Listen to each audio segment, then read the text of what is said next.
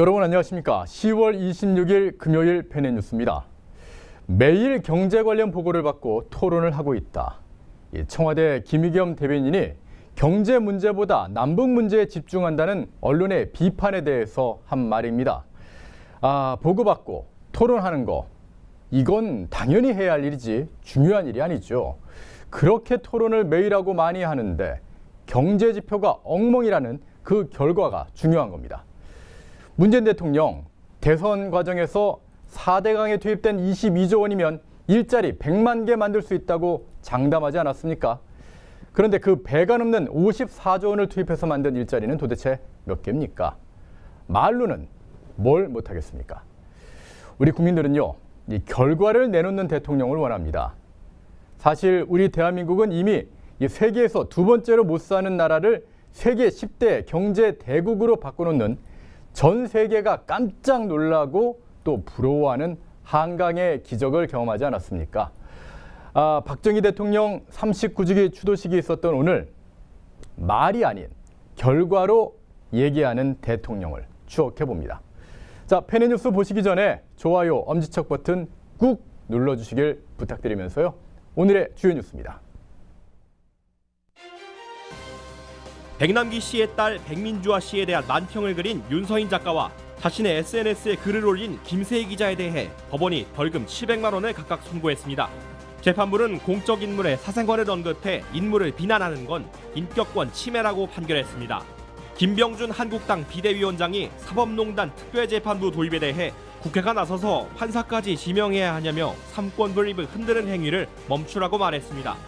법조계에서도 법원의 공정성과 객관성을 위협할 수 있다는 우려가 계속 나오고 있습니다.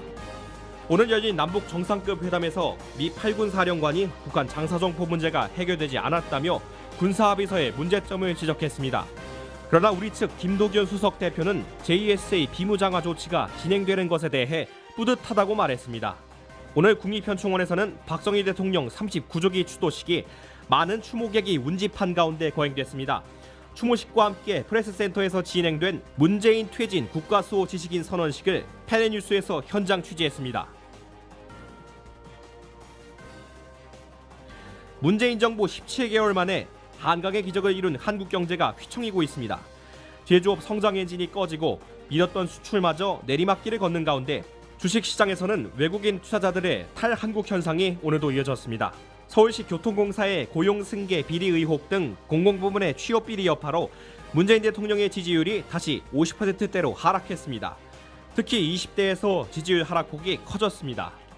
교사들의 최대 단체인 교총과 학부모 최대 단체인 전학연이 정부의 공립유치원 확대 정책에 반대했습니다. 유은혜 교육부 총리는 유치원 설립자의 사유재산 인정 문제에 대해 사익을 추구하는 사람들은 유치원을 운영해선 안 된다고 말했습니다. 이 시각 세계에서는 일본 아베 총리가 중국의 1대1로 정책에 참여 의사를 밝혔다는 소식과 사이판을 강타한 슈퍼 태풍 관련 소식을 취재했습니다. 네, 첫 소식은 위독한 백남기 씨를 두고 발리에 갔던 이 딸 백민주아 씨에 대한 만평을 그렸던 만화가 윤서인 작가, 그리고 이와 관련한 내용을 자신의 SNS에 올렸던 김세희 기자가 법원에서 벌금 700만 원의 판결을 받았다는 내용을 준비했습니다. 재판부에서는요, 공적 인물의 사생활을 언급해서 인물을 비난하는 건 인격권 침해고, 이런 침해로 백민주아 씨의 인격이 무너질 정도였다, 이렇게 판단했는데요. 관련 내용 이세영 기자의 보도입니다. 고 백남기 씨의 딸에 대한 정보통신망법상 명예훼손 혐의로 불구속 기소된 만화가 윤서인 작가와 김세희 전 MBC 기자가 1심에서 유죄를 선고받았습니다. 서울중앙지법의 최미복 판사는 오늘 이들에게 각각 벌금 700만 원을 선고했습니다. 재판부는 피해자의 사생활은 사회적으로 관심이 된 공적인 문제와는 관계없다며 사생활을 언급해 비난하는 건 인격권 침해라고 판결 이유를 밝혔습니다. 재판부는 이들의 행위는 애통해하는 유족을 의심하고 희화화한 것으로 인격을 허물어뜨릴 정도라며 비방의 목적이 있던 것으로 보인다고 판단했습니다. 이어 두 사람은 언론에 상당한 영향력을 미칠 지위에 있으면서 피해자를 비방할 목적으로 글이나 그림을 게재해 가족을 잃은 슬픔을 가중했다고 설명했습니다. 윤서인 작가와 김세희 기자가 각자의 정보통신망에 올린 만평과 글귀가 공익에 부합하지 않으며 비방할 목적이 있었다는 검찰의 의견을 수용한 것입니다. 앞서 윤 작가와 김 기자는 2016년 10월 백남기 씨가 위독한 상황인데도 차녀인 백민주아 씨가 인도네시아 발리에서 SNS로 활동하는 것에 대해 문제를 제기한 바 있습니다. 이와 관련해 검찰은 정보통신망법에 근거해 사이버 명예훼손죄를 적용했습니다. 정보통신망법 제70조에 따르면 사람을 비방할 목적으로 정보통신망을 통해 공공연하게 다른 사람의 명예를 훼손할 경우 처벌할 수 있습니다. 비방을 목적으로 사실 적시에 따른 명예훼손의 경우 3년 이하의 징역 또는 3천만 원 이하의 벌금에 처하게 됩니다. 김세희 기자의 경우에는 정보통신망법 제70조 1항을 적용해 사실 적시에 따른 명예훼손으로 기소됐습니다. 윤서인 작가는 처음에는 허위 사실에 의한 명예훼손으로 기소됐다가 이후 사실 적시에 따른 명예훼손 혐의가 추가됐습니다. 한편 이 같은 판결에 대해 법적 판단에 일관성이 없다며 적지 않은 비판도 제기됩니다. 한 법조계 인사는 오늘날 사법부 측이 일단 좌편향 언론에 의해 형성된 사회적 여론과 프레임에 따라 어느 정도 방향성을 정해놓은 채 애매한 부분에 대해 논리적으로 꿰맞추는 경향이 엿보인다고 평했습니다. 좌편향 만평이나 글에 대한 사이버 명예훼손죄에 적용하는 법적 기준과 현 사법부의 법적 판단 기준이 명확하냐는 것입니다. 또한 SNS는 다양한 사회적 시각을 표현하는 창구 역할을 하는데 이를 사법부가 정한 도덕적 기준에서 벗어난다고 사실 적시에 근거한 평가마저 법적 유죄로 판단하는 것은 무리하다는 지적도 나옵니다. 자유, 진실, 시장, 펜앤뉴스입니다. 윤서인 작가는 사실 이 시사 만화가입니다. 그러면서 자신은 대한민국, 이 자유 대한민국에서 시사 만화가로서 이 정도의 만평은 그릴 수 있을 것이라고 생각했다라고 말했었는데요. 자, 이번 판결에 대해서 김세희 기자, 윤서인 작가 모두 항소하기로 했습니다.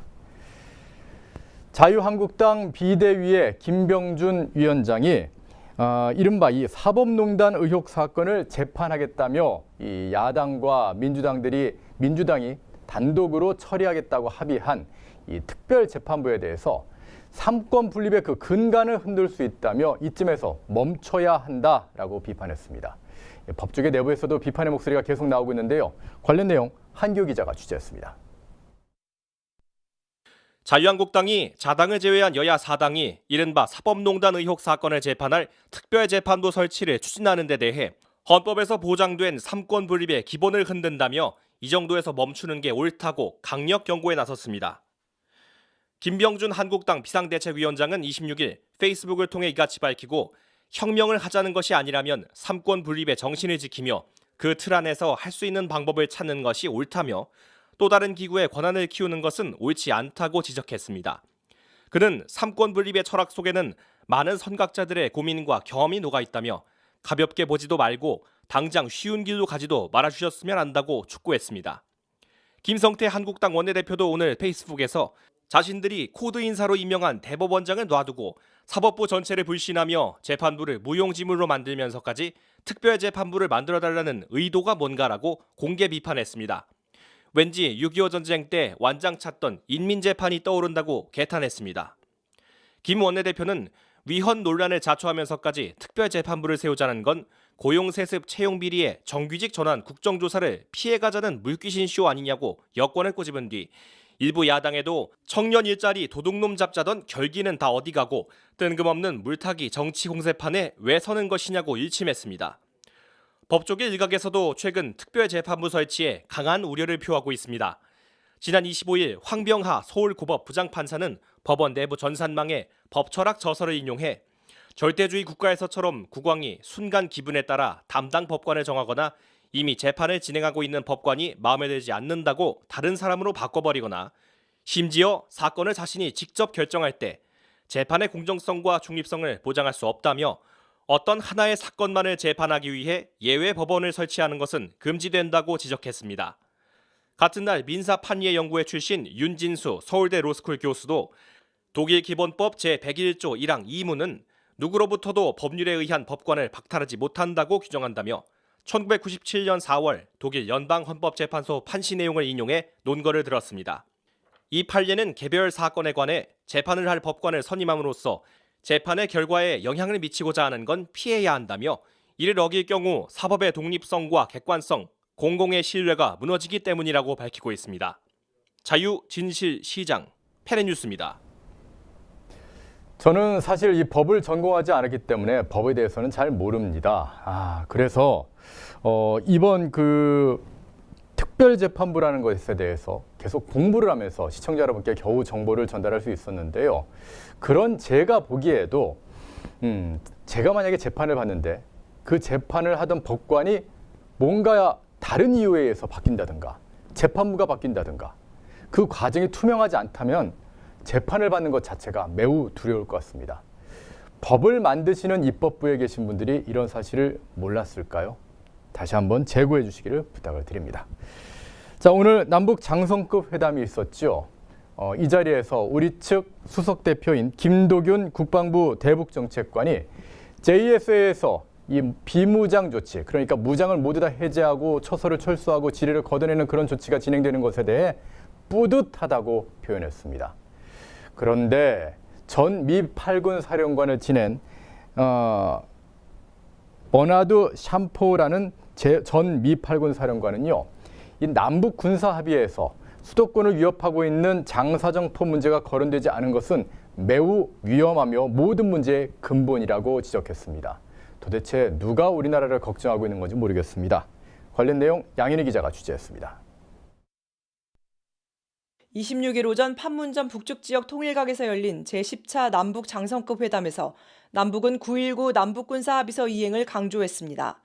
그러나 이날 버나드 샴포 전 미 8군 사령관은 서울을 직접적으로 위협에 빠뜨릴 수도 있다며 남북군사합의서의 문제점을 지적하고 나섰습니다.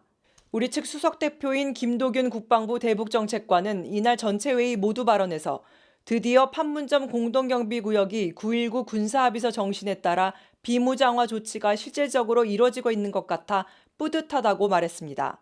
북측 수석 대표 안익산 중장도 수뇌분들께서 몸소 씨를 뿌리고 닦아가시는 평화, 번영, 통일이라는 나무를 거목으로 자라게 하는 민족사적 대업에서 북남 군부가 일정하게 기여했다는 것에 대해 긍지를 가져야 하고 자부심을 느낄 것으로 생각한다고 화답했습니다. 그러나 버나드 샴포 전 미 8군 사령관은 남북 군사합의서에 북한의 장사정포를 후방으로 철수하는 문제가 포함되지 않은 것에 대해 이것이 모든 문제의 핵심이라고 지적했습니다. 샴포 전 사령관은 미국의 소리 방송과의 인터뷰에서 북한의 장사정포는 인구가 많은 서울과 수도권을 위협하고 있다며 장사정포를 후방으로 배치하는 등의 내용이 군사합의서에 담기지 않은 것은 유감이라고 밝혔습니다. 한편 이날 정부는 경의선 철도 북측 구간의 현지 조사를 진행할 예정이었지만 미국과 협의가 이뤄지지 않아 무산된 것으로 알려졌습니다. 또한 오늘 11월 5일로 계획된 동해선 철도 북측 구간 점검도 같은 이유로 무기한 연기된 것으로 알려졌습니다. 이에 대해 미국과 협의 지연으로 현지 조사가 무산된 것은 대북 제재를 둘러싼 한미 간 이견이 상당할 뿐만 아니라 이것이 남북 협력 국면에 상당한 장애 요인이 될 수 있다는 지적이 나왔습니다. 유엔사는 지난 8월에도 남측 열차가 군사분계선을 넘어 개성과 신의주까지 운행하며 경의선 북측 구간을 점검하려던 통행 계획을 불허했습니다. 그러나 문재인 정부는 그동안 남북철도 도로 연결과 현대화 사업을 위한 공동조사와 착공식이 대북 제재 대상이 아니라는 입장을 밝혀왔습니다. 지난 15일 남북 고위급 회담에서 공동조사와 착공식의 구체적 일정을 북한과 합의한 후에도 유엔 대북 제재 면제 신청을 하지 않은 것은 이러한 인식을 보여줍니다. 한편 통일부는 이날 남북 고위급 회담에서 경의선은 10월 하순부터, 동해선은 11월 초부터 시작하기로 합의한 바 있으며 관련 준비 중이라며 북측 및 미국 측과 협의 중에 있으나 일정이 확정된 바 없다고 밝혔습니다. 자유, 진실, 시장, 페네뉴스입니다. 주필님, 저는요, 요즘 누가 우리나라 군인인지 좀 헷갈립니다. 이 전 미 8군 사령관, 그러니까 우리나라에서 근무했던 사령관은 남북 군사 합의가 참 위험하다.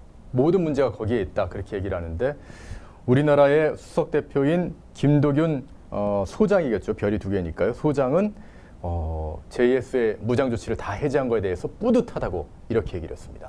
글쎄요, 이 북한에 지금 장사정포 얘기가 나왔지 않습니까? 그런데 사실은 장사정포 문제가 아니고 핵 문제에 본질이 있는 겁니다. 그런데 핵폭탄을 그대로 두고 어떤 형태건 재래식 뭐 그 방어가 되었건 또는 어떤 전략이 되었건 간에 재래식 그 감축 또는 방어력의 해제는 일방적인 거죠. 예. 핵폭탄을 제거한 다음이라면 오케이, 같이 의논해서 조금씩 뒤로 물러가자, 뭐 저는 평화라고 봅니다. 그런데 한쪽에서 핵폭탄을 그대로 보유한 상태에서 양쪽이 다 물러나자고 하는 것은 결국 한쪽만 무장 해제하는 거예요. 비대칭 전력이 되는 예, 거죠. 이거 뭐 완전히 뭐 말이 안 되는 겁니다. 그래서 이 핵폭탄이 제거되는 순간까지 어떻든 대한민국의 이 전력 정강은 유지될 수밖에 없어야 하는 것인데 지금 그 과정이 완전히 거꾸로 가고 있는 것이죠. 예, 네. 특히나 이 방어 전력이거든요. 뭐 지뢰를 그렇습니다. 제거한다든가 뭐 지뢰는 수배책을 뭐 제거하는 다 건 그런 거죠. 다 방어 전력인데 네. 너무 앞서가는 것 네, 같습니다. 언제나 북한이 도발을 해왔었댔죠. 예, 네. 그런가 하면은 어제도 한번 저희가 아주 심도 있게 한번 논의를 예. 했었는데 이 4번 농단을 뭐 제대로 다시 한번 재판해 보겠다 그러면서 이 특별 재판부라는 걸 도입했는데요. 지금 그에 대해서 우려의 목소리가 계속 나오고 있죠.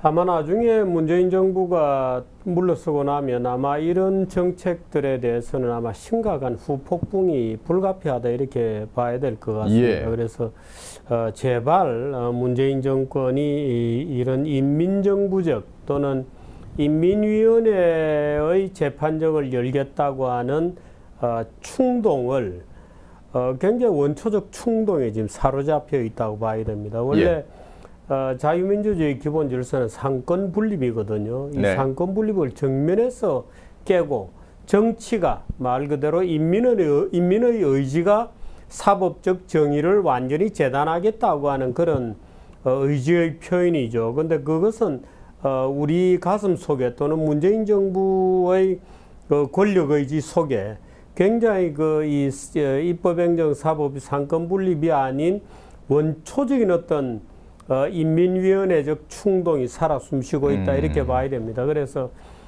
문재인 정부는 부디 그런 인민주의적 충동을 이제 그만 해야 될 것 같습니다. 그런 충동은 나중에 어떤 형태건 정권이 바뀌는 것을 거부하거나 무리수를 또 두게 되고 결국 국민들을 불행에 빠뜨리고 스스로들을 불행에 빠뜨리고 스스로 이 자유민주주의의 규칙을 깨게 되는 거거든요. 예. 이건 나중에 법률적 책임을 져야 되는 문제가 됩니다. 나중에 아마 문재인 대통령이 어떤 형태건 탄핵이 되거나 또는 권좌에서 물러난 다음에 법정에 소환되면 아마 이 사법 바이올레이션은 굉장히 중요한 하나의 혐의가 될 가능성이 있죠. 부디 그런 인민주의적 충동을 억제하시기를 간곡히 부탁드립니다. 제가 오늘 아침에 이제 출근해서 주필님과 대화를 네. 하면서 그런 부분을 참 많이 얘기를 했었는데요. 네. 이 보수의 가치라고 하는 것과 쟤들이 얘기하는 그 진보, 그 가치가 막 우리나라에서 혼돈이 돼 있으니까 네. 우리 시청자 여러분 또 우리 국민들도 도대체 이런 답답한 상황들에 대해서 어떻게 싸워 나가야 되는지 어떻게 대처해야 되는지 참 모르고 심지어 그런 모르는 게 정치권에도 이어지고 있는 것 같습니다. 그렇습니다. 예. 뭐 그래서 진짜 정치권의 무지와 무식은 뭐 지금 하루 이틀 된 일은 아니죠. 예. 예. 지금 여기 사진에 있는 분들도 마찬가지. 그러니까 이게 자꾸 외부에서 그러니까 분명히 삼권 분립이라는 게 이 서구 문명에서 뭐 입헌군주제, 법치제 뭐 다 거치면서 해보니까 공화정, 이 견제와 균형을 이루는 공화정이 가장 좋은 것이고 그 중에서 삼권 분립이라는 체제를 만들어낸 것인데요. 상권 분립은 예. 권력자들에겐 귀찮은 겁니다. 왜냐하면 그 절차적 정의를 추구하는 거거든요. 예. 그리고 사법부라는 것은 기본적으로 귀납적 정의를 추구하는 것이지 예. 정의를 정해놓고 예. 맞춰가는 게 아니죠. 말하자면 뭐 예. 맞춰가는 정의를 정해놓고 그것을 결정해가는 프로세스가 아닙니다. 정의를 발견해 나가는 프로세스로 되어 있거든요. 그러니까 이것이 정의라고 하는 그 짧은 영웅 심리에 사로잡힌 뭐 청소년기 예. 또는 성장기의 지성, 뭐 그건 지성이라고 할 것이 없습니다만은 그런 상황에서는 정의라는 것을 정해놓고 왜 이것을 실현을 못한다는 말인가 하고 하룻밤에도 공화국을 몇 개씩 부수었다 만들었다 부수었다 만들었다 하는 것이 예. 원래 사춘기 때의 충동입니다. 그런데 지금 이 정부를 구성하고 있는 사람들은 그런 사춘기적 열정, 뭐 그 분별 없는 열정이다 이렇게도 볼 수 있는데 그 사춘기적 열정에 사로잡혀서 이게 정의인데 왜 실현이 안 되는가 하고 틀 자체를 깨려고 하는 거죠. 근데 사법부의 정의, 예를 들어서 지금 사법농단 문제가 있다고 할 경우라 하더라도 설사 그런 일이 있다 하더라도 그 사법부를 칭치하기 위한 이런 절차적 위반 이런 것들은 궁극적으로 오히려 판 자체를 깨버림으로써 맞습니다. 사법부를 형해화시키고 법치주의를 무너뜨리는 나중에 망외의 말하자면 지금 이분들이 생각하는 것과는 전혀 다른 결과를 불러오게 되죠.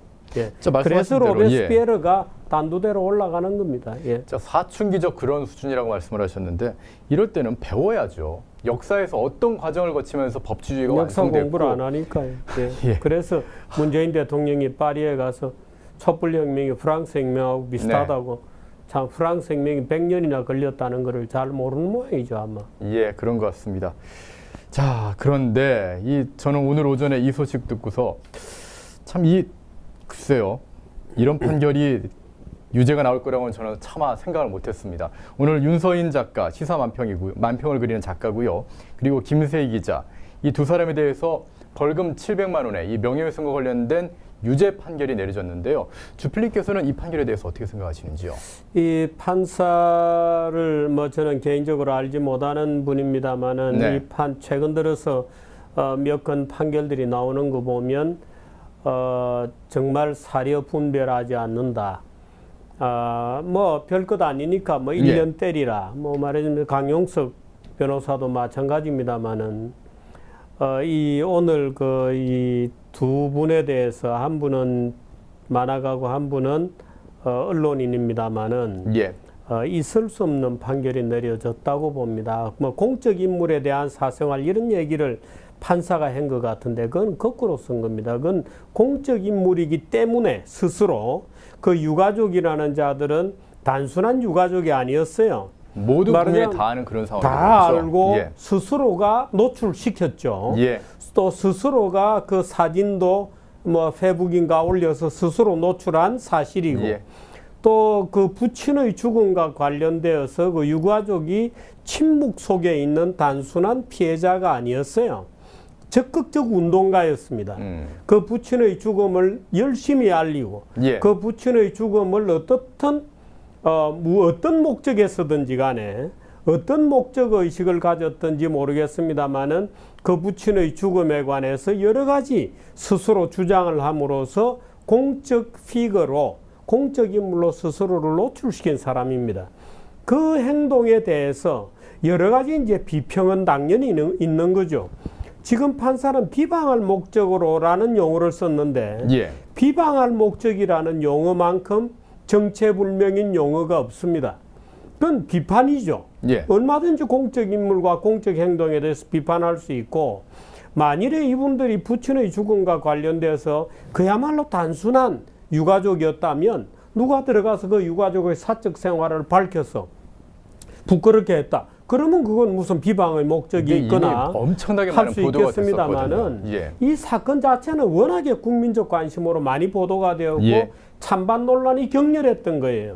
그 찬반 논란이 격렬했던 거기 때문에 제가 지금 물론 이 100만기의 사건과는 뭐 관련이 없는 다른 건이지만 뭐 관련이 있겠다고 보겠습니다만은 예를 들어서 뭐 살만 루시디 같은 사람들이 무슨 이슬람으로부터 무슨 뭐 호메이니에게 사형 선고를 받았다든가 악마의 시라는 글 써서 샤를리 앱도라고 하는 프랑스 그 만화가가 만평이요. 그런 사회의 수준이다 이거예요. 지금 그런 특정 뭐 사회를 지칭해서 죄송합니다만은 이슬람의 일부 세력, 일부 과격 세력들과 같이 지금 이 판사도 생각하는 것 아니냐고 저는 굉장한 당혹감을 느꼈어요. 이거는 뭐 본인은 인격을 허물어뜨릴 정도의 비방이었다 이렇게 얘기했는데 예. 저는 이 판사의 판결을 보고 대한민국 일반인들의 법치에 대한 감각 또는 정의감, 오히려 일반 국민들의 명예심, 우리는 명예를 지키고자 하죠. 오히려 이 일반 국민들의 명예심을 오히려 허물어뜨리고 있는 놀라운 공세적 또는 편향적 또는 결론을 정해놓고 논리를 꿰어 맞춘 그 말이 안 되는 거거든요. 그 공적 인물이기 때문에 사생활에 대해서 우리가 논란이 있을 경우에 그걸 비판하는 겁니다. 근데 비방이라는 말로 그런 일을 했다는 것은 이 명예훼손이라는 것은 그 명예훼손이 객관적 사정에 도달해야 되고 그 명예를 지키려고 하는 노력이 있어야 됩니다. 근데 예를 들어서 실제로 이 사건 자체는 처음부터 끝까지 지금 위선과 허위가 많았던 거거든요. 예. 사인 조사도 제대로 안 되었고 그 농민 운동가가 병원에서 사망에 이르기까지의 과정에 대해서도 굉장히 사회적 논란이 있었던 것들이거든요. 예. 유가족의 처신이 올바랐느냐, 말하자면 연명치료의 거부와 관련된 굉장한 논란들이 있었죠. 또 이 주치의가 내린 과학적 말하자면 사망진단서를 서울대가 탄핵 와중에 또는 탄핵 이후에 서울대 의과대학이 모여가지고 정치적 압력을 받은 끝에 사망진단서를 담당 의사가 아니라는데도 대학에서 그걸 고쳐 쓰는 아주 정말 브루노 예. 재판 같다는 또는 갈릴레이 재판 같은 그래도 지구는 돌아가는 것인데 거짓을 만들어내고 마치 1984에 과거에 있었던 일을 고쳐 끼우는 듯한 그런 당혹감을 느끼는 일들이 서울대에서도 벌어졌던 거거든요. 근데 지금 법정에서 또 그 문제를 다루었던 만화가하고 윤서인 작가하고 그 김세희 기자를 700만 원의 유죄, 뭐 돈은 그렇다 하더라도 예. 유죄를 때린다는 게 저는 도저히 제 법 감정으로는 정말 이 판사가 나의 법 감정을 허물어뜨리고 있구나 하는 분노감을 느끼게 되는 그런 상황입니다. 저는 그런 생각을 좀 해봤습니다. 뭐 아시는 얘기일 겁니다. 예전에는 이제 광부들이 이 탄광 막장에 들어갈 때 그곳에 이제 산소가 부족할 수가 있기 때문에 카나리아라는 새를 이제 가지고 들어간다고 해요. 네. 그래서 산소가 부족하면은 카나리아가 먼저 죽는 걸 보고서 빨리 피할 수 있다고 하는데 사실 이 언론의 자유라는 게 이 비평의 자유라는 게 이 카나리아와 같은 역할이라고 생각을 하거든요. 뭐가 문제가 있고 뭐가 잘못 돌아갈 때 비평을 해야지만 그 문제를 빨리 해결하고 그 문제부터 피할 수가 있다고 하는데 지금 이분들은 이번에 그 소위 가짜뉴스 소동으로 네. 민주당의 박광온 의원이라는 분이 구글 측에 아주 참 부끄러움을 당했죠. 예. 그거야말로 자기의 명예를 좀 지켜주시기 바랍니다. 얼마나 쪽팔리는 일이에요. 방송에 참 쪽팔린다 이런 말 쓰기도 뭐합니다만 예. 그 몇 명 국회의원들이 앉아가지고 자기들과는 생각이 다르다고 마음에 안 든다고 104건이나 써가지고 국회에다가 구글 코리아 대표를 불러놓고 압력을 놓고 그 회사까지 찾아가서 이거 다 잘라라고 했는데 다행히도 구글에서 이거는 우리 원칙에 틀리지 않습니다 하고 거절을 했어요. 그런 게 명예입니다. 그런 게. 그 국회의원의 명예는 완전히 똥막대기가 되었잖아요. 한국 국회의원이 뭡니까 그게. 그런 것을 명예를 지킬 줄 알아야지 말이지. 이 가짜뉴스 소동 같은 거 만들어내가지고 지금 이 관련된 뉴스라는 게 뭡니까 이게. 물론 이 명예훼손이라는 게 우리나라에서만 이게 형사범죄로 다루어지는 거예요. 문명국가 대부분 이건 민사로 가야 되는데 우리나라에서만 이거 국고를 낭비하는 거라고요. 검사들이 몇 명이 동원이 되고 판사가 동원이 돼가지고 이런 얘기를 떠들고 있다고 하고 또 판사들은 사회적 압력을 이번 담당 판사 같은 경우에 압력을 얼마나 받았는지 눈치를 얼마나 받는지는 모르겠어도 참 살만 루시디 건이 생각난다는 사실은 담당 판사가 기억을 해 주시기 바랍니다. 참 답답해 하시는 분들이 지금 댓글을 쫙 올려주고 계신데 저희 페네뉴스에서 말이 나온 김에 한마디 덧붙이면요.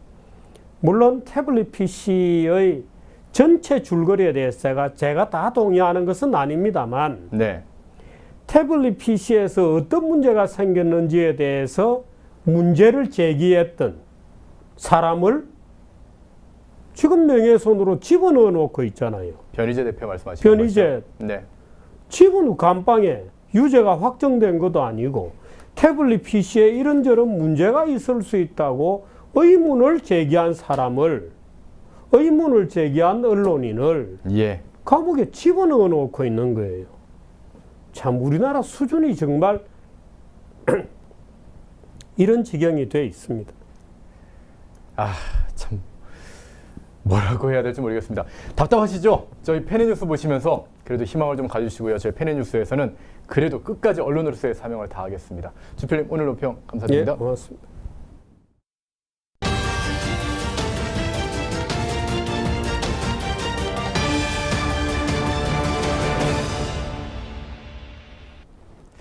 오늘 하루 종일 비가 왔는데요.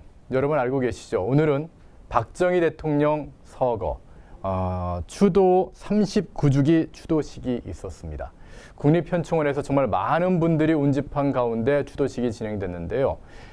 박정희 대통령이 정말 대한민국을 위해서 얼마나 많은 헌신을 하셨습니까?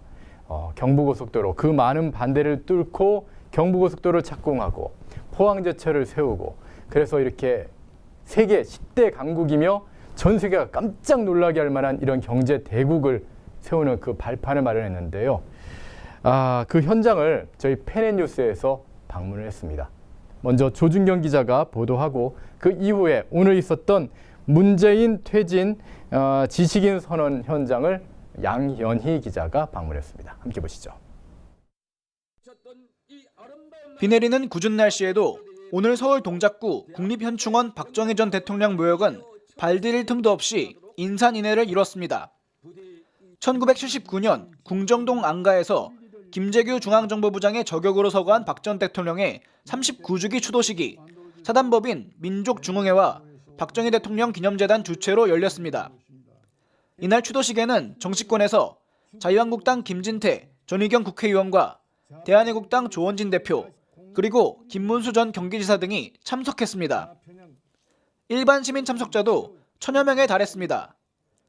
행사장 바깥을 포함해 단상 좌우 언덕까지 시민들이 몰려 추운 날씨가 느껴지지 않을 정도로 열기를 더했습니다.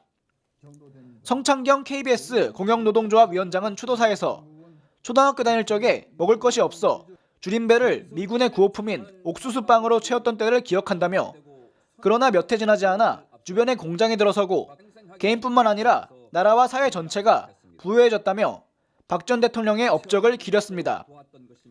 김은구 서울대 트루스포럼 대표는 박정희 대통령의 새마을운동은 세계적으로 성공한 경제성장 모델이라며 대한민국이 굶주림을 없애고 잘 살게 된 것은 대통령님의 해안과 지도력 때문이라고 밝혔습니다. 추도사가 끝나자 국민교육헌장을 읽는 박 전 대통령의 생전 육성이 송출됐습니다. 이 나라가 올바르게 바른 방향으로 일어설 수 있도록 자유민주주의 시장경제 체제가 올바르게 갈 수 있도록 박정희 대통령님께서 세우신 그 뜻을 이어받아서 대한민국을 올바르게 세워나갈 것을 다시 한번 다짐해 봅니다. 박 전 대통령이 떠난 지 39년이 지났지만 그가 이룩한 조국 근대화와 절대 가난의 탈피를 기억하는 산업화 세대 국민들은 여전히 그 업적을 기리고 있습니다. 물을 마실 때 우물을 누가 팠는지 기억하라는 사자성어 음수사원을 국민 모두가 되새겨볼 때입니다. 사회 각계 우파 성향의 원로들과 지식인들로 구성된 320명은 26일 서울 중구 프레스센터에서 기자회견을 열고 민주정부의 탈을 쓴 쿠데타적 좌익 정권이 자유민주주의적 법치와 국가안보, 국가 미래를 파괴하고 있다고 강도 높게 규탄했습니다. 이어 문 대통령에게 다음 달 1일부터 시행에 들어가는 남북군사합의 비준을 즉각 철회하고 연내 종전선언 추진을 중단하며 대통령직에서 스스로 물러날 것 등을 촉구했습니다. 문재인 퇴진과 국가수호를 위한 320 지식인 선언 준비위원회는 이날 기자회견에서 문재인 정부의 실정으로 자유민주적 법치 파괴와 국가안보 파괴, 국가미래 파괴 등을 들었습니다. 준비위는 재판도 끝나지 않은 제주 강정마을 사안에 관해 대통령이 공개적으로 사면을 공표하고 40명의 검사가 전담 배치되어 직전 대법원장을 구속시키며 급기야 인민재판식 특별재판부 설치까지 추진하고 있다며 또한 법전에 없는 국정농단, 적폐청산, 사법농단의 낙인을 찍어 헌법적 기본권인 무죄 추정의 원칙을 말살시켰다고 지적했습니다. 이어 문정부의 국가안보 파괴에 대해 김정은 체제는 실질상 아무것도 변한 것이 없는데 우리 대한민국만 일방적으로 무장해제로 치닫고 있다며 문정부는 대북제재의 국제공조에 구멍을 내면서 한미동맹을 빈 껍데기로 전락시키고 있다고 비판했습니다. 또한 준비위는 문 정권은 국가의 미래를 체계적으로 파괴하고 있다며 이제 이 땅의 양심적 지식인들은 인내할 수 없는 한계에 이르렀으며 만시지탄의 자괴감을 안고서라도 지체 없이 자리를 박차고 일어나야 함을 절실히 깨닫는다고 했습니다.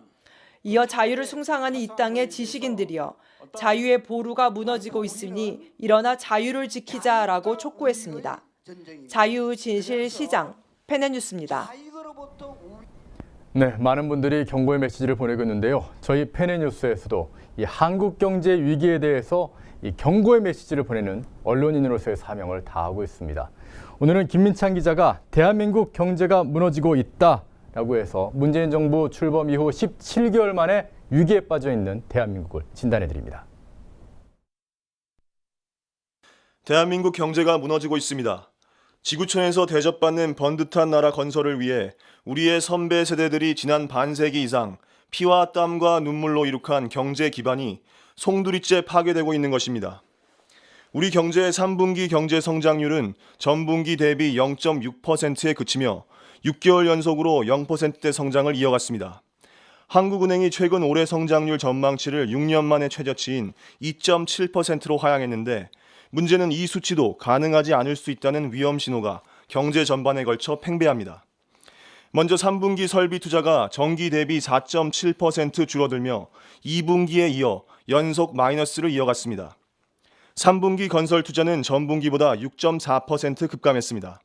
이는 외환위기가 불거졌던 1998년 2분기 이후 20년 3개월 만에 가장 큰 하락폭입니다. 믿었던 수출도 마이너스인 상황입니다. 조빌스 효과를 걷어낸 이달 1일에서 20일 하루 평균 수출액은 23억 달러로 전년 동기보다 13.1% 감소한 것으로 나타났습니다. 관세청이 10일 단위 수출 통계를 작성한 2016년 4월 이후 가장 큰 감소폭입니다. 조선과 자동차 사업이 어려워지며 우리 경제의 허리를 담당하는 중소 중견 기업들도 경영난에 허덕이고 있습니다. 특히 줄도산 위기에 처한 국내 자동차 부품업계가 정부의 3조 원 규모의 금융 지원을 요청한 상황입니다. 자영업도 붕괴되고 있습니다. 통계청에 따르면 지난해 폐업 신고를 한 개인 및 법인 사업자는 90만 8,076명에 달합니다. 올해는 폐업자 수가 100만을 넘을 전망입니다. 양질의 일자리가 사라지며 실업률은 치솟고 있습니다. 3분기 월 평균 실업자는 1년 전 같은 기간보다 10만 2천 명 늘어난 106만 5천 명을 기록했습니다.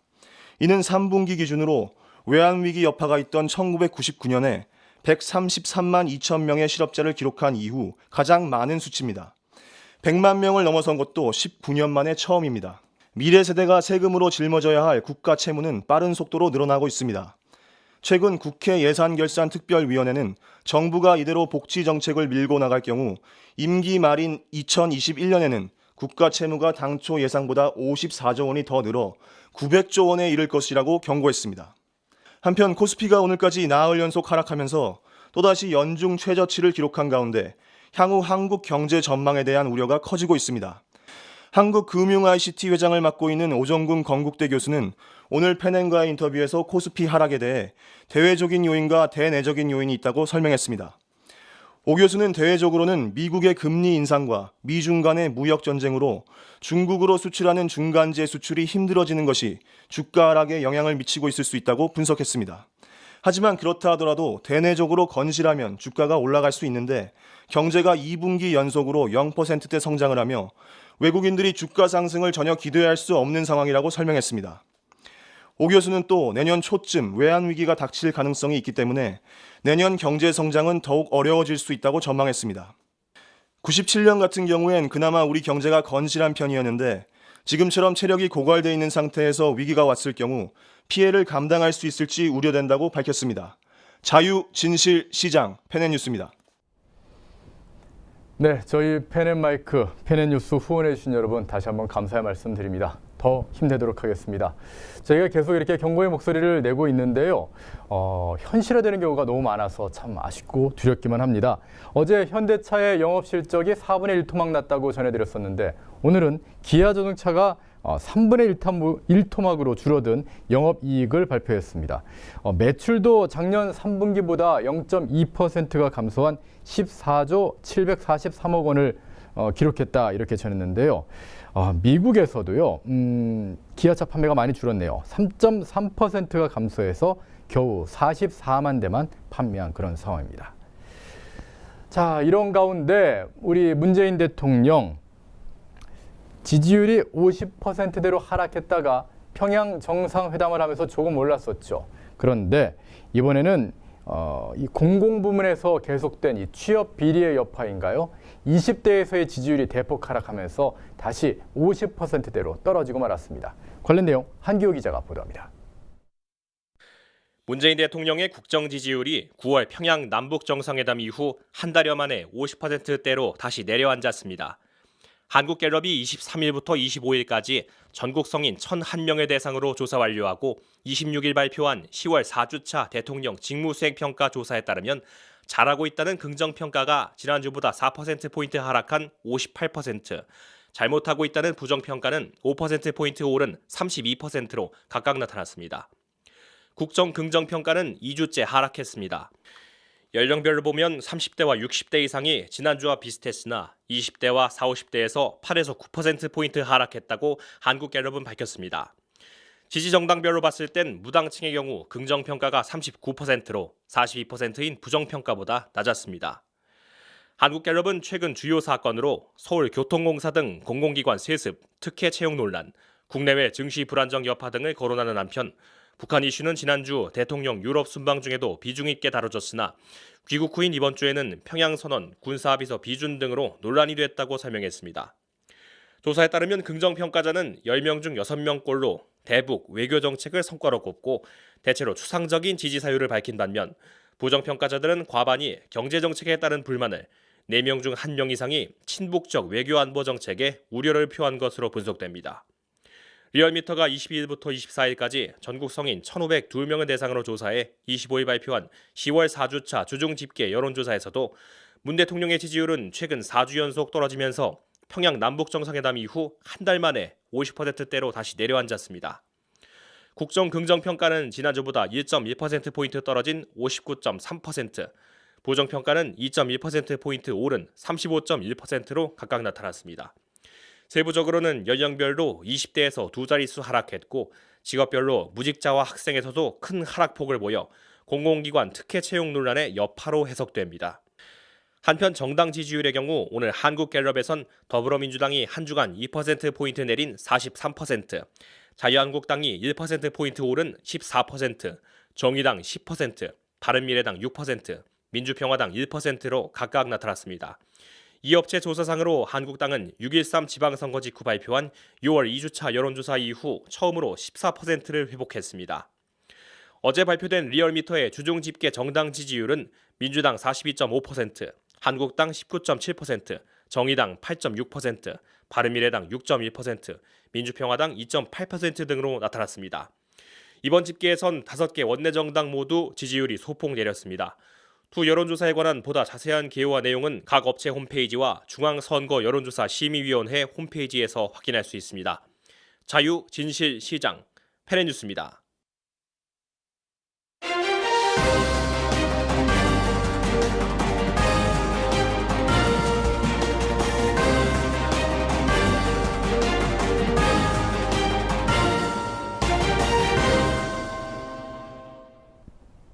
유은혜 교육부 장관 겸 사회부총리가 지금 사립유치원을 개혁해보겠다, 국공립유치원을 확대하겠다 아주 강하게 몰아붙이고 있죠. 이에 대해서 한국 최대의 교원단체인 한국교원단체 총연합회 그리고 최대의 학부모단체인 전국학부모단체연합이 몇몇 소수의 잘못된 유치원 때문에 이 전체 유치원을 갖다가 국공립하는 것으로 이렇게 밀어붙이는 것은 잘못된 일이다 하고 비판을 했습니다. 이슬기 기자의 보도입니다. 교사와 학부모들이 교육부가 추진하는 국공립 유치원 확대 방안을 비판하고 나섰습니다. 지금처럼 사립유치원 전체를 비리 집단화해 단죄하겠다는 식으로 접근해선 안 된다는 지적입니다. 더불어민주당과 정부는 25일 당정 유치원 공공성 강화 방안을 통해 2020년까지 잡아둔 국공립 유치원 치원율 40% 달성 목표 시한을 한 해 앞당기겠다고 발표했습니다. 감사에 적발된 사립 유치원 문제의 해결 방안으로 국공립 유치원 확충을 제시한 겁니다. 그러나 교사와 학부모들은 무조건적으로 국공립 유치원을 확대하는 게 정답이 아닐 뿐더러 예산 등의 문제로 현실화하기 어려울 것이라고 입을 모았습니다. 한국 최대의 교원단체인 한국교원단체총연합회는 현재 상황에서 전체 사립유치원을 비리 집단화해 이를 단죄하겠다는 식의 강공으로 일관할 경우 집단적 반발이나 폐원 사태를 불러올 수 있어 신중한 접근이 필요하다고 밝혔습니다. 교총은 국공립 유치원 확대 방안의 실효성에 대해서도 지적했습니다. 예산과 수급이 뒷받침되지 못하면 공연불이 될 수 있다는 겁니다. 교총은 국공립과 사립 간의 교원 임금 격차 해소, 사립유치원 법인화 등 법적, 제도적 절차부터 단계적으로 진행해야 한다고 덧붙였습니다. 학부모들은 더 강경한 의견을 내놨습니다. 최대 학부모 단체인 전국학부모단체연합은 획일화한 공교육이 유치원과 어린이집까지 확대되면 교육의 질 저하가 불보듯 뻔하다며 잘못한 유치원만 벌을 주면 될 것을 국공립 유치원 확대 정책으로 몰고 가는 것은 도움이 되지 않는다고 강력하게 비판했습니다. 전학연은 또 건물과 인건비 등 국공립 유치원에 투입되는 세금의 실상은 알리지 않고 단순히 국공립을 확대하자는 것은 국민을 기만하는 일이라며 부모들은 유아 교육의 국가 책임을 원치 않는다고 강조했습니다. 김정우 전 연세대 특임교수의 분석에 따르면 정부가 부담해야 하는 국공립 유치원생의 1인당 교육비는 112만 원 수준으로 사립 유치원생 1인당 교육비로 들어가는 29만 원의 4배에 달합니다. 그러나 유은혜 사회부총리 겸 교육부 장관은 설립자의 사유재산을 인정해달라는 사립 유치원들의 요구에 그럴 수 없다는 강경한 입장입니다. 유 부총리는 이날 오후 CBS 라디오 시사자키 정관용입니다에 출연해 유치원을 자기 사익을 추구하는 기업으로 생각하면 유치원을 해서는 안 된다고 생각한다며 유치원은 영리 목적 기업체가 아닌 교육기관이라고 말했습니다. 유 부총리는 또 다른 라디오 인터뷰에서도 교육부 장관의 인가 없이 폐원하는 곳에 대해서는 사법 처리도 가능하다며 사립유치원에 대한 제재와 압박 기조를 재확인했습니다. 자유, 진실, 시장, 페네뉴스입니다. 유은혜 교육부총리, 유치원 설립자의 사유재산 좀 지켜달라, 그만큼은 좀 확보할 수 있게 해달라라고 얘기를 했는데 이에 대해서 사익을 추구하는 사람은 유치원을 운영해서는 안 된다, 이렇게 단호하게 말했습니다. 그러면서 유치원이 만약에 허가를 받지 않고 폐원한다면 그러면 사법 처리하겠다. 뭐 법적으로는 그렇게 돼 있으니까요. 그렇게 얘기를 했는데요. 여러분도 다 기억하시겠지만 이 사익 추구 문제, 유은혜 부총리 인사청문회 기억하시지 않습니까? 유은혜 부총리 참 사익 추구 잘하지 않으셨던가요? 모든 문제들이 계속 지적되면서 얼마나 많은 비리가 나왔습니까? 그 문제들이 다 지적됐음에도 불구하고 결국엔 총리에 지명되셨죠. 그런 말씀을 하시기에는 조금 부끄럽진 않으실까 하는 그런 생각을 해봅니다. 이게 유은혜 총리가 얘기하는 정의인가, 그런 생각도 해봅니다. 자, 다음 소식입니다. 오늘 펜엔 이 시각 세계에서는요, 일본 아베 총리가 중국 시진핑 주석과 만나서 이 중국의 1대1로 정책에 참여 의사를 밝혔다는 소식과 지금 사이판을 휩쓸고 있는 슈퍼 태풍 관련 소식을 준비했습니다. 김민찬 기자의 보도입니다. 아베 신조 일본 총리가 어제부터 2박 3일간의 중국 방문 일정을 시작했습니다. 다자회의 참석이 아닌 일본 총리의 공식 방중은 2011년 노다 요시히코 총리 이후 7년 만입니다. 아베 총리의 방중 기간 중 양국은 경제협력 방안을 중점적으로 논의할 것으로 알려졌습니다. 일본과 중국은 2013년 중단된 통화 수화풀을 규모를 10배 키운 30조 엔 규모로 재개할 예정이고 태국의 스마트 도시 건설 사업에 양국이 함께 진출합니다.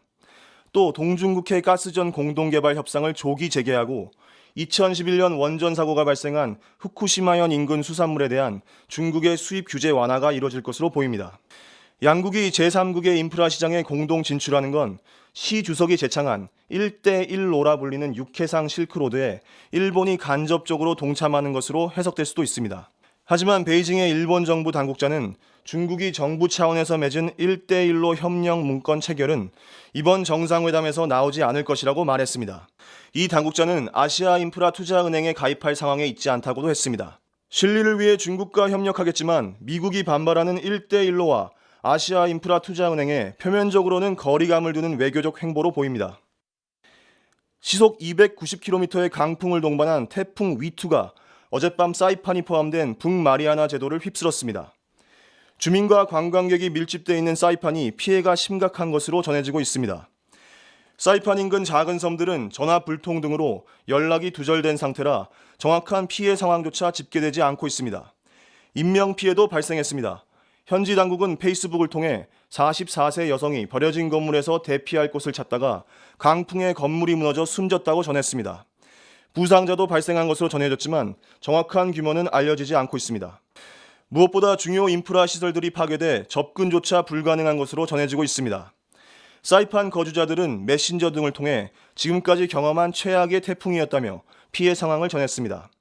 외교부는 현재 집계된 우리 교민과 여행객의 인명 피해는 없으며 항공기 운항 취소로 다수 여행객들이 호텔 등 숙소에 체류 중이라고 설명했습니다.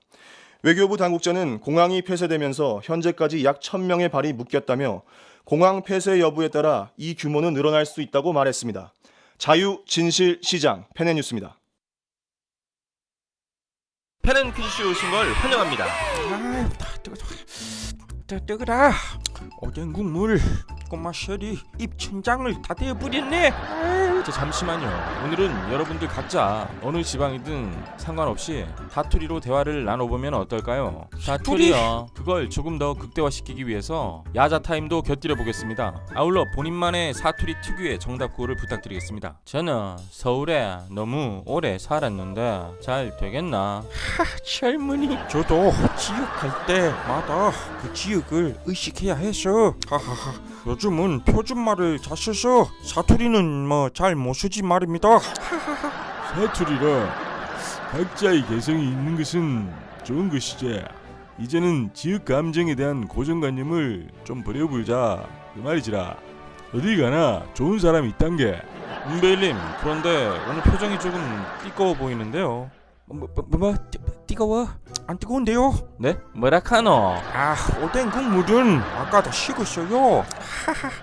뭐 다른 거 뭐 좀 없나? 은배일, 시방 요즘 포털 사이트 댓글 분위기 보고 표정이 띠꺼운 거 아니냐? 노잡이 기분 풀고 짜장면 한 그릇 어때? 요 짜장면 한 그릇 기름은 안 돼갔구나. 그냥 치맥 한 잔 어때? 콜? 마, 문베일이야. 니 또 분위기 파악 안 되지? 거기서 짜장면이 왜 나오노? 시킬 거면 난 간짜장. 나가 원래 안 친한 사람이랑은 겸상을 안 한단 게. 조심히 부르라, 아그야. 말투가 달라서 신기하거나 경계하는 마음 때문일까요? 분위기가 화기애애합니다. 그럼 문제 나갑니다. 남은 생각지도 않는데 혼자 착각하여 행동하는 모습을 이르는 말입니다. 우리 속담에 떡줄 사람은 꿈도 안 꾸는데 땡땡땡부터 마신다. 이것은 무엇일까요? 이모! 문배일님, 여기 이모! 2통 일반 언제 나오나요? 정답! 막걸리! 하하하. 맞다 캐라 좀. 정답 아닙니다. 니는 택도 없이야. 최대장님, 정답은 수정과 하겠습니다. 수정과. 뭐? 가가. 안철스님, 정답 김치국. 안철스님, 김치국 정답입니다. 시청해주신 여러분 감사합니다. 아이씨, 김치국. 아이고, 내 잘못이지 이거. 의도적으로 틀리기도 쉽지가 않네 이거. 자유독립언론 펜앤드마이크가 주주 및 후원자, 정기 유료 구독자들을 대상으로 10월 30일 오후 2시부터 5시까지 서울 종로구 세종문화회관 세종홀에서 제2회 후원자 대회를 개최합니다. 이번 후원자 대회는 펜앤드마이크의 정신에 공감하는 일반 시민도 참석할 수 있습니다. 펜앤드마이크는 이 자리에서 올해 1월 2일 공식 창간 후 이뤄낸 성과와 향후 비전을 설명하고 이를 가능케 한 후원자들에 대한 감사의 뜻을 전달할 예정이며 이병태 카이스트 경영대 교수와 신원식 전 합동참모본부 작전본부장의 위기의 대한민국 경제와 안보에 대한 특강이 예정되어 있습니다. 그리고 행사에 참여한 시민들이 자유 발언을 하는 시간과 축하 공연도 예정되어 있으며 이날 행사에는 정치권, 학계, 시민사회단체 인사들과 우파 성향 주요 유튜버들도 자리를 함께할 예정입니다. 저는 항상 이제 우파가 좀 뭉쳐야 된다 그런 말씀을 많이 드리는데요. 광고 하나 더 드리겠습니다. 내일입니다. 내일 오후 1시, 27일 오후 1시에 서울 덕수궁 대한문 앞에서 문재인 정권의 퇴진을 요구하는 대규모 연합 집회가 열립니다. 제 뒤에 지금 광고가 나오고 있는데요. 그동안 이 토요일이면 여러 곳에서 분산돼서 개최되던 이 태극기 집회가 한데 모입니다. 여러분 이런 데는 좀 가셔야 되지 않을까요?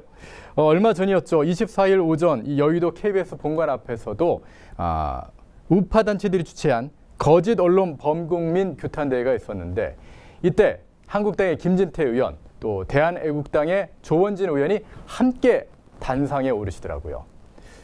뭐 생각이 좀 다르고 견해가 다르고 뭐 약간의 차이가 있지만 그래도 대한민국의 위기 앞에서는 이렇게 하나로 뭉쳐야 되지 않겠습니까? 내일 있을 다시 한번 설명해 드리겠습니다. 내일 오후 1시입니다. 서울 덕수궁 대한문 대규모 태극기 연합 집회 여러분 꼭 좀 참석해 주시고 관심 가져주시길 부탁드리겠습니다. 오늘도 끝까지 함께 해주셔서 감사드리겠고요. 저는 다음 주에 뵙겠습니다. 여러분 고맙습니다.